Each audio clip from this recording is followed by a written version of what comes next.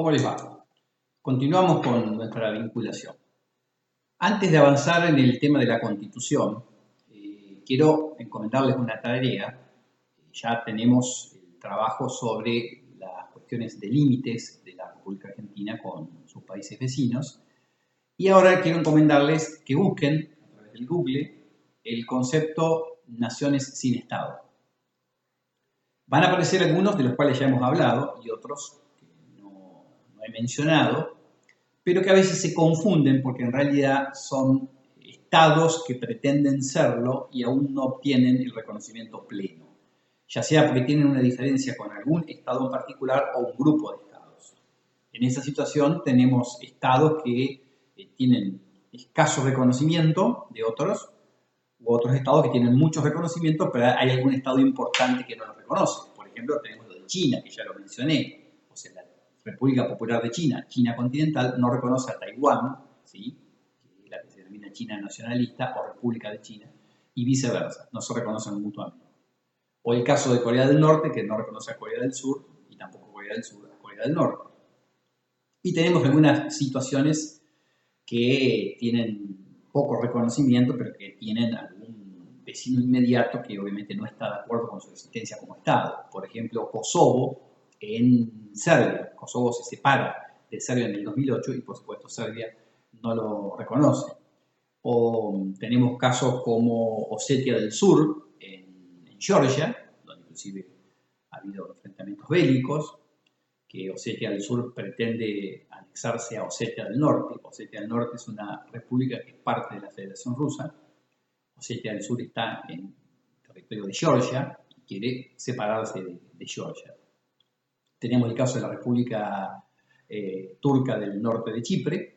Chipre es un estado, tiene una parte al sur de mayor predominancia griega y en el norte una presencia mayor de turcos. En su momento, en los años 70, hubo un enfrentamiento bélico y finalmente hay una línea divisoria entre ambas partes a cargo de los cascos azules de Naciones Unidas, pero en definitiva en la zona norte se proclama otro estado que no es reconocido y que es, como digo, la República Turca del Norte de Chipre. O tenemos en Azerbaiyán el tema de Nagorno-Karabaj, que también pretende ser un estado independiente, un estado soberano. Son algunos de los ejemplos que ustedes van a encontrar. En todo caso, obviamente, tomaremos contacto y ante cualquier duda lo hablamos. Entonces, en concreto, tenemos estas dos tareas. Por un lado, las cuestiones de límites del Estado argentino con sus vecinos y por otro lado, investigar lo que les acabo de comentar, el tema de las naciones sin Estado y el tema de estos estados que lo son pero con escaso reconocimiento. Tengan en cuenta ustedes que Naciones Unidas tiene 194 países miembros, es decir, que son estados, en su enorme mayoría estados plenos. Hay algunos que tienen un grado menor, que no obtienen el reconocimiento de varios países. El caso de Palestina es un estado que está dividido en dos, y en el medio está el Estado de Israel.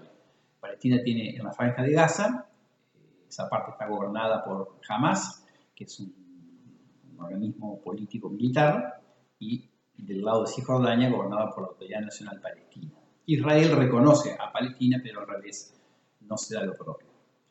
Independientemente de estos casos, se dan situaciones como las que les comento, de estados que son nuevos, bastante recientes, que en algunos casos tienen reconocimiento y en otros casos no tienen reconocimiento importante, lo reconocen algunos países. Pero bueno, estos son temas que si generan dudas nos estaremos comunicando para evacuar esas dudas.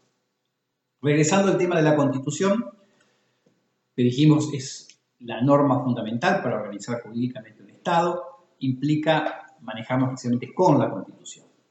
Toda la explicación que podamos hacer en torno a la Constitución Nacional va a necesitar de tener el ejemplar de la misma, ya sea en papel o a través del celular, de una notebook, una tablet, lo que fuere, que usted le permita seguir conmigo el texto y así de esa forma ir analizando los distintos artículos de nuestra Constitución Nacional, que es precisamente la ley fundamental para nosotros, en torno a la cual se organiza el poder por un lado, y ustedes en la Constitución van a encontrar primero un preámbulo, luego una parte denominada Declaraciones de Derechos y Garantías, luego una parte de Nuevos Derechos, que surge a partir de la reforma constitucional de 1994, y posteriormente la organización del gobierno federal a través de los tres poderes, el poder ejecutivo, el legislativo y el judicial, y los órganos extrapoder, y luego las provincias, o sea, los gobiernos de provincia.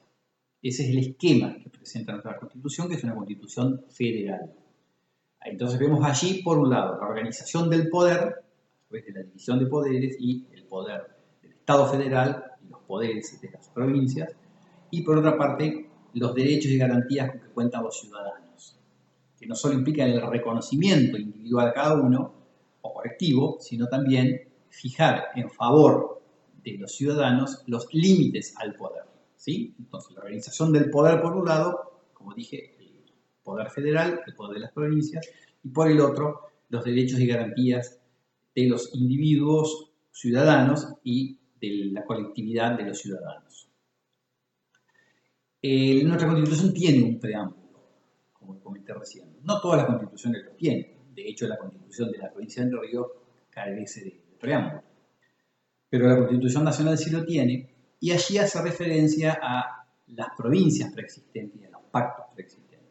Es decir, nuestra organización jurídica constitucional parte de la existencia previa de las provincias, que son las que luego dan lugar a la formación del Estado federal, delegando poderes y, por otra parte, reteniendo poderes. Este es un tema que estructura todo el cuerpo de lo que es la organización federal de la República. Nuestro sistema de gobierno es un sistema republicano, democrático y federal. Ya vamos a ir viendo el contenido de estos conceptos. Lo cierto es que las provincias son preexistentes. Anteriormente a la Constitución de 1853 hubo tratados y pactos de carácter federal que planteaban acuerdos para la constitución de un Estado federal, aunque también hay algún antecedente de un Estado centralizado. Pero en definitiva la Constitución de 1853 salda la disputa entre unitarios y federales, con un texto que refleja la construcción de un Estado federal, pero que en su práctica la construcción de ese Estado, que se acelera a partir de 1880, cuando se salda la cuestión capitales y cuando queda decidido y resuelto que Buenos Aires es la capital de la República, a partir de ahí comienza un periodo de crecimiento formidable donde se construye el Estado, se construye el país, para decirlo en términos sencillos. Y esa construcción se hizo desde el Estado Nacional. Y fue así porque el Estado Nacional, afincado en Buenos Aires, tenía la principal renta, que era el puerto. Y a partir de la obtención de los recursos económicos, desde el Estado Nacional se fue construyendo la propia existencia del Estado en el resto de las provincias. En algunos casos en alianzas con oligarquías locales o élites locales, en otros casos en directa batalla o en directa diferencia entre lo que políticamente implicaba el Estado Nacional y lo que en algunas provincias implicaban partidos locales o caudillos locales. La construcción de partidos nacionales es un proceso posterior a lo que es el surgimiento del Estado, ¿sí? Cuando digo partidos me refiero a partidos políticos, obviamente. Hubo entre 1853 y 1860 dos estados en Argentina, porque Buenos Aires, el estado de Buenos Aires, se separó de lo que fue la Confederación Argentina, que tenía su capital en Paraná. Entre 1853 y 1860 tuvimos dos estados, la Confederación Argentina por un lado y el estado de Buenos Aires por el otro. Cae, en definitiva, la fortaleza de la Confederación Argentina fundamentalmente por un tema económico, porque no tenía la renta o las rentas derivadas del puerto de Buenos Aires. Y en definitiva, a partir de algunos sucesos políticos y militares, vuelve a unificarse el Estado de Buenos Aires con la Confederación Argentina, viene la reforma constitucional de 1860 y a partir de ahí el conjunto de lo que es la República Argentina, si bien tiene otras denominaciones oficiales, avanza en un proceso donde se comienza a discutir lo que se denominó la cuestión capital. Había quienes no querían que Buenos Aires sea capital del país, capital de la República, y quienes sí, para lo cual también hubo diferencias y hasta hubo enfrentamientos militares. Saldado en 1880 el tema, queda consolidada Buenos Aires como capital de la República, la ciudad de Buenos Aires es federalizada y a partir de ahí, como digo, comienza un proceso muy intenso de acelerada construcción del Estado. Ustedes imagínense en esa época, Argentina era nada. Eran prácticamente aldeas, más allá, obviamente, de una mayor concentración poblacional en Buenos Aires y en algunas pocas ciudades del interior, pero la Argentina necesitaba, como decía Alberdi, poblar el país, ocuparlo efectivamente. Acuérdense cuando hablábamos del ejercicio real de la soberanía y los actos de soberanía, había que poblar el país.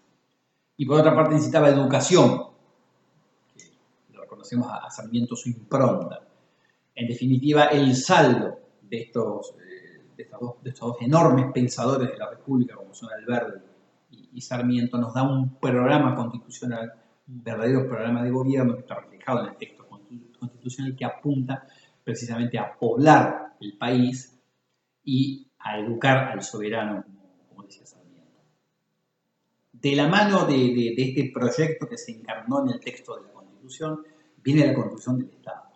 Tengamos en cuenta que los nacimientos, los matrimonios y las defunciones eran inscritos en aquellos tiempos por la Iglesia Católica. O sea, algo tan simple y cotidiano como es la existencia de un registro civil para llevar a cabo estas tareas no estaba en manos del Estado.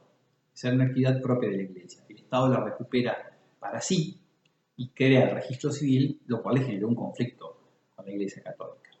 Pero comienza a construirse el Estado, comienza con la creación del ejército argentino, con la creación de distintas instituciones que se van conformando desde el Estado Nacional, como digo, y eso de alguna forma alteró el federalismo propio del texto de la Constitución para generar la construcción de un Estado fuertemente centralizado. Ustedes tengan en cuenta que hasta 1981 acá en Gualeguaychú las obras sanitarias eran nacionales y que durante mucho tiempo siguió habiendo una fuerte presencia nacional, hasta los 90 en que las escuelas pasaron a las provincias, las escuelas eran nacionales, acuérdense del Colegio Nacional, de la Escuela Normal, por dar algunos ejemplos, las escuelas técnicas, que eran ENET, Escuela Nacional de Educación Técnica, el ferrocarril, la aduana, el Banco de Nación, el correo, el regimiento, obras sanitarias, como les digo, es decir, presencias del Estado Nacional, en este caso en una provincia no muy lejana de la capital de la República, pero que se repetía el mismo esquema en todo el país. Podría entenderse en zonas muy alejadas, como la Patagonia o en algún momento parte del norte, pero cercanías de Buenos Aires no tenía la mayor explicación, pero era el resultado de esa construcción del Estado desde el centralismo, desde la visión de Buenos Aires y con los recursos nacionales. Así fue como se construyó el país. Pero lo que tenemos que reconocer es que fue construido con defectos a la luz de hoy, con desigualdades, sin tener en cuenta distintas situaciones que luego en la historia se van a ir dando a partir de la movilización social y los cambios políticos, pero en definitiva construyendo el Estado, ¿sí?